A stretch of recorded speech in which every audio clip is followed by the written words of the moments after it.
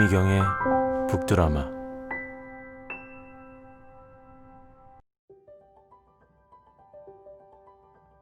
안녕하세요.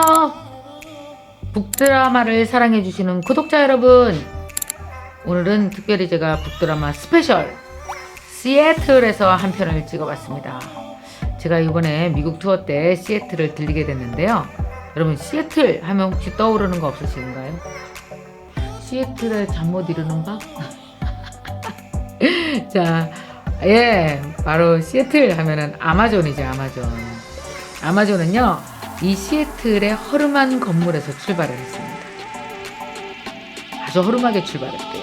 그런데 25년 만에 전 세계적인 엄청난 성장을 이루어냈고요. 그리고 전 세계의 유통을 완전 장악해버렸습니다.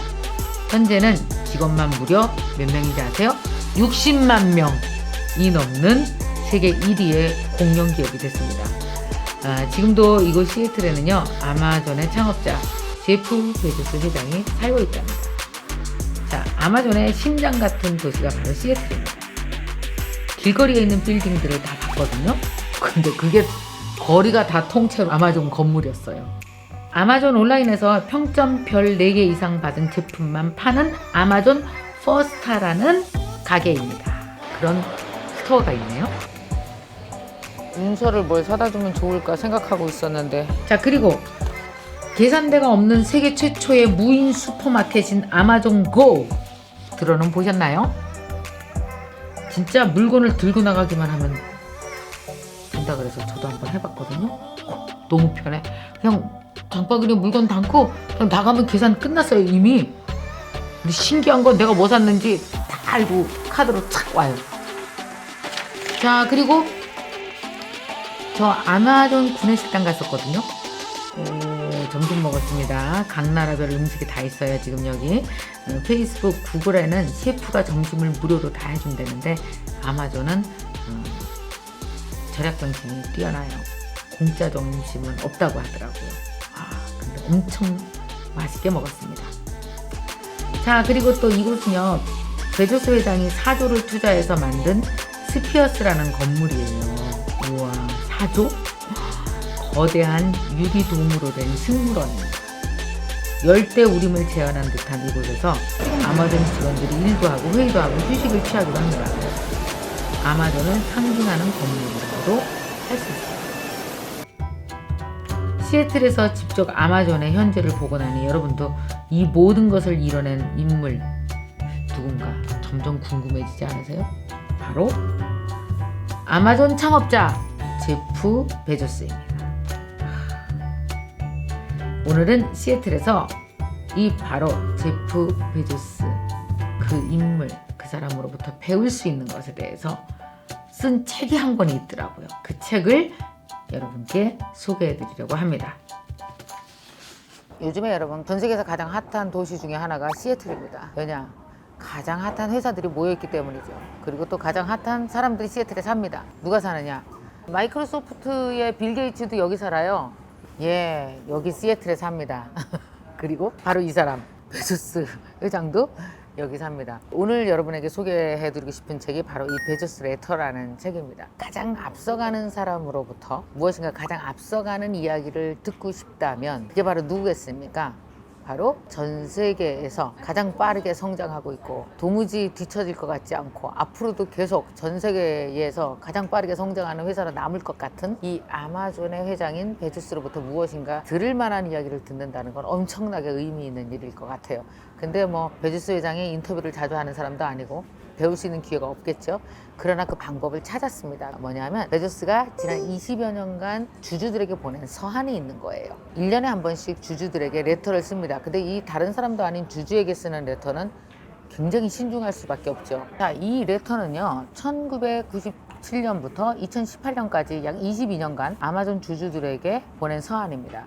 1년 동안 우리 사업은 어떠했으며 이런 변화가 있었으면 내년엔 이러할 것이며 나는 이렇게 경영을 해 나가겠다라는 거죠. 이 서한을 분석하는 것만으로 지난 22년간 어떻게 아마존이 발전해 왔으며 앞으로는 또 어떻게 갈 것이다를 충분히 예측할 수 있다는 거예요. 개인이 발전할 수 있는 방향 혹은 회사가 발전할 수 있는 방향, 어떻게 성장해 나가고 앞으로 위험 속에서 그것을 치고 나갈 것이냐라는 지혜가 다 담아져 있다는 거죠. 그래서 이 스티브 앤더슨이라는 사람이 베조스의 서한을 분석을 한 겁니다. 그래서 쓴 책이 바로 이 베조스 레터예요. 제가 쭉 읽어봤는데 되게 읽어볼만 합니다. 자, 이 책을 여러분에게 어떤 관점에서 읽으시면 도움이 될지를 제가 지금부터 설명드리겠습니다.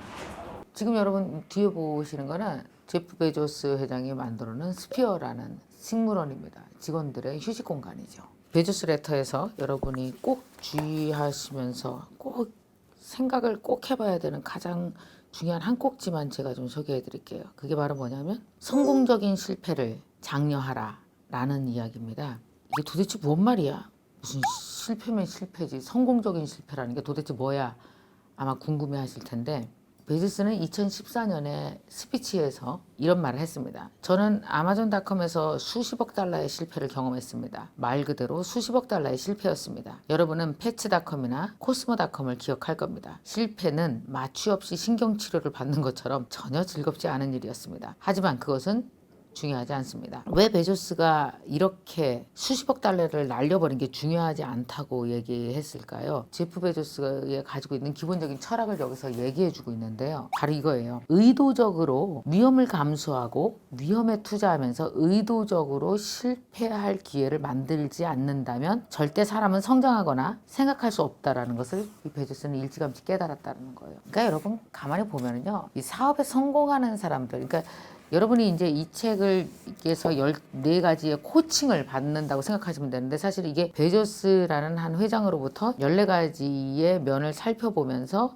여러분이 어떤 사업을 하거나 개인적 성장을 이루는데 코칭을 받는다라고 생각하시면 될 것 같아요. 그중에 제일 먼저 등장하는 게 바로 이거라서 저도 되게 재밌게 봤는데 이게 바로 뭐냐면은 의도적으로 위험을 배치하고 의도적으로 실패하는 그런 배짱을 갖고 있어야 여러분 개인적 일도 또 여러분 사업도 성공할 수 있다라는 거예요. 근데 많은 사람들이 실패를 어떤 희생을 치르더라도 피해야 하는 것으로 생각하죠. 그러니까 이 실패를 감수하지 않는 거죠. 결국 그러면 크게 성장할 수 없다라는 거예요. 그래서 여러분 제가 이 책을 쭉 읽어나가면서 보니까 그러면 진짜 아마존이 그 성공적인 실패들을 진짜 많이 한 거야? 라고 이렇게 보니까 첫 번째 어떤 실패들이 있었냐 하면은요, 이베이와 경쟁하려는 시도였어요. 1999년에.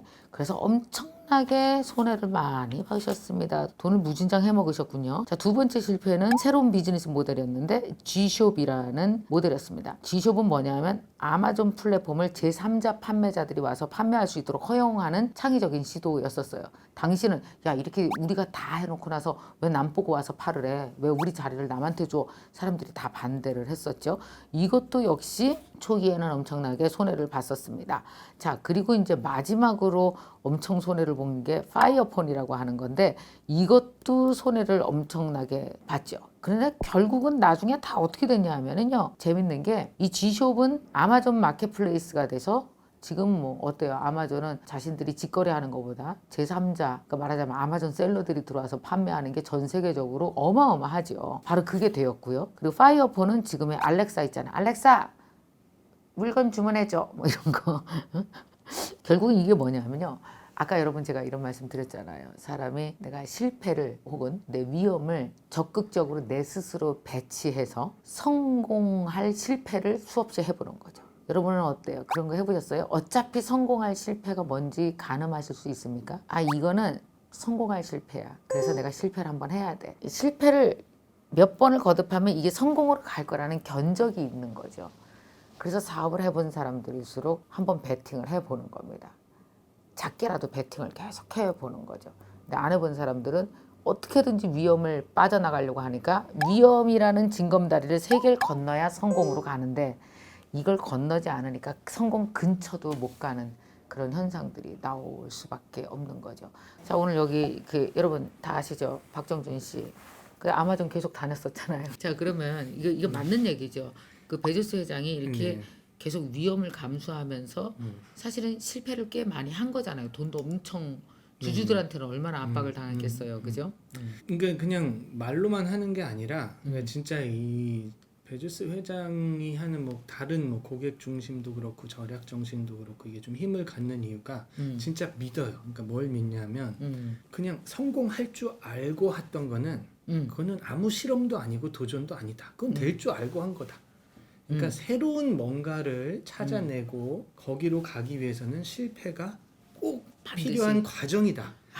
그렇기 때문에 그러니까 실패 자체를 강조한다기보다 이거는 무조건 필요한 다음 넥스트 레벨로 가기 위해서 그치. 아무도 해보지 않은 거를 막 수도 없이 실험하고 할 때 실험하는. 거기에 어떻게 실패가 없을 수 있냐. 원래 예. 실험과 실패가 같은 그렇죠. 말이거든요. 네. 그런데 이 단순한 원리인데 왜 아무도 못할까? 그치. 생각을 했을 때 되게 그러면은, 단순한데. 네, 현실적으로 보면은 응. 실패를 해도 괜찮은 기반을 갖고 있어요. 그러니까 저는 그 한 스텝이 더 필요한 것 같아요. 그러니까 오케이. 아마존 같은 경우, 구글 같은 경우 왜 이렇게 혁신적인 회사냐?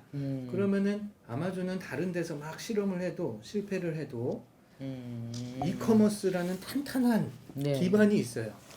구글은 서치랑 광고가 있잖아요. 그렇죠. 그러니까 새로운 사업을 계속 시도할 수 있어요. 파이어폰 무슨 뭐 G샵 수도 없어요. 근데 그쵸. 실패해도 괜찮아요.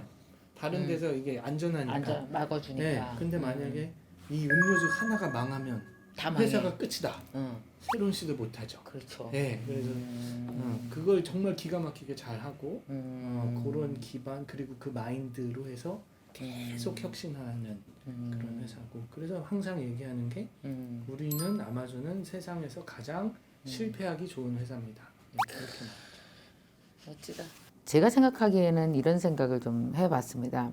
저도 이제 사업을 하는 사람이잖아요. 그러니까 이제 나도 사업을 하니까 사실 되게 요즘처럼 위험하고 요즘처럼 불안한 시기가 없어요. 사업할 때.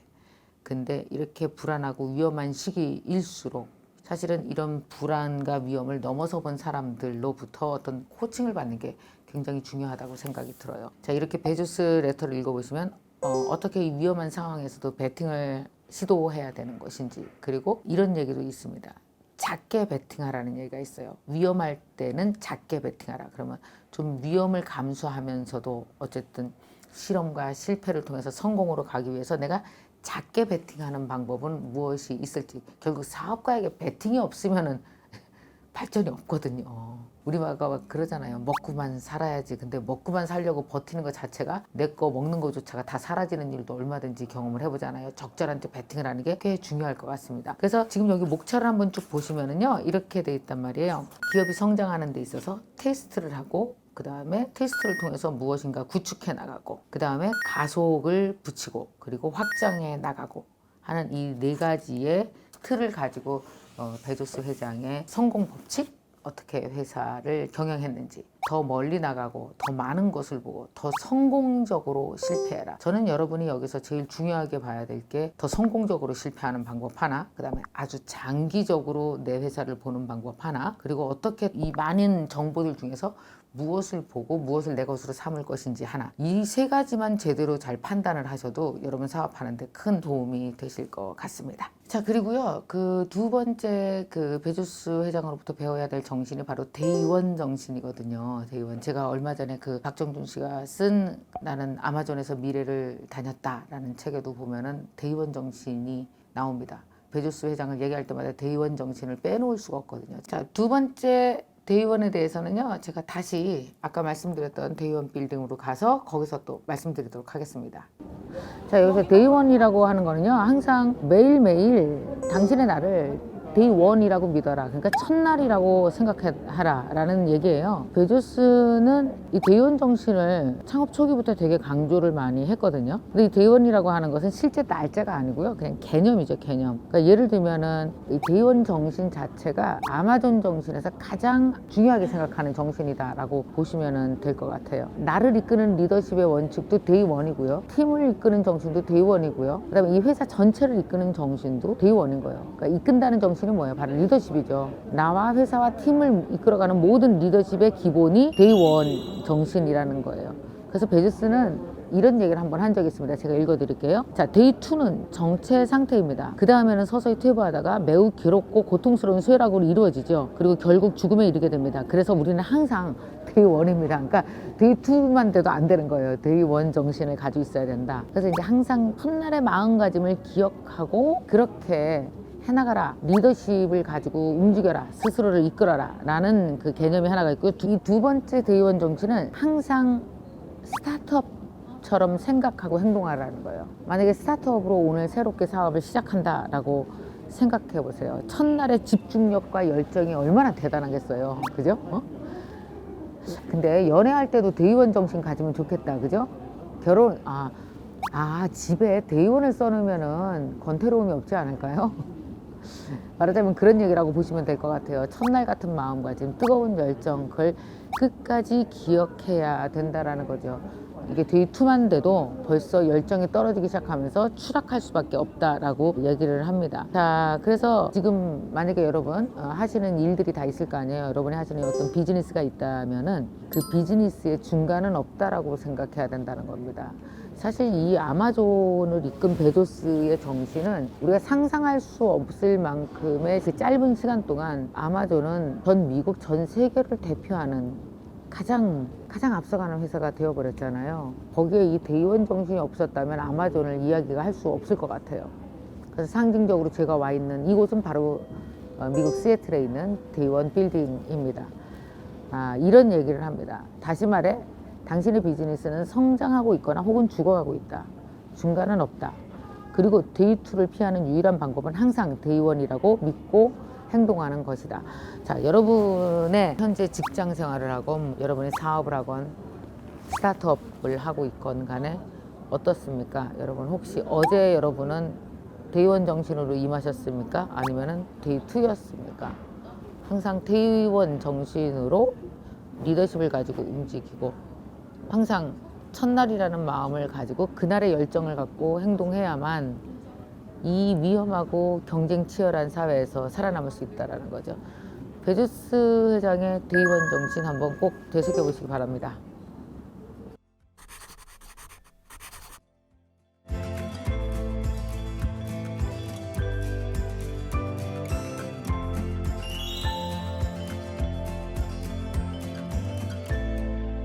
저는 호주 멜번에 살고 있습니다. 6월 달에 한국에 들어왔는데 한국에 들어오면서 이제 매년 아이 수술 때문에 들어와요. 6월 입학식 때 제가 보라색 캐리어를 끌고 왔었어요. 그때 얼마나 간절했냐면 유학 세미나를 하고 밥도 안 먹고 뛰어서 홍대 쪽에 왔었거든요.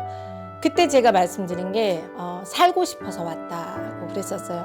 누구나 살지만 어떻게 사느냐가 다르잖아요. 그때는 살고 싶어서 왔는데 제가 장학생이 되면서 이제는 잘 살 수 있을 것 같아요. 모든 게 감사한데 이제 가장 크게 감사한 건 남 탓을 하는 게 거의 이제 없어진 것 같아요. 정말 많이 즐기고 싶고 이렇게 와서 너무너무 행복한 시침입니다.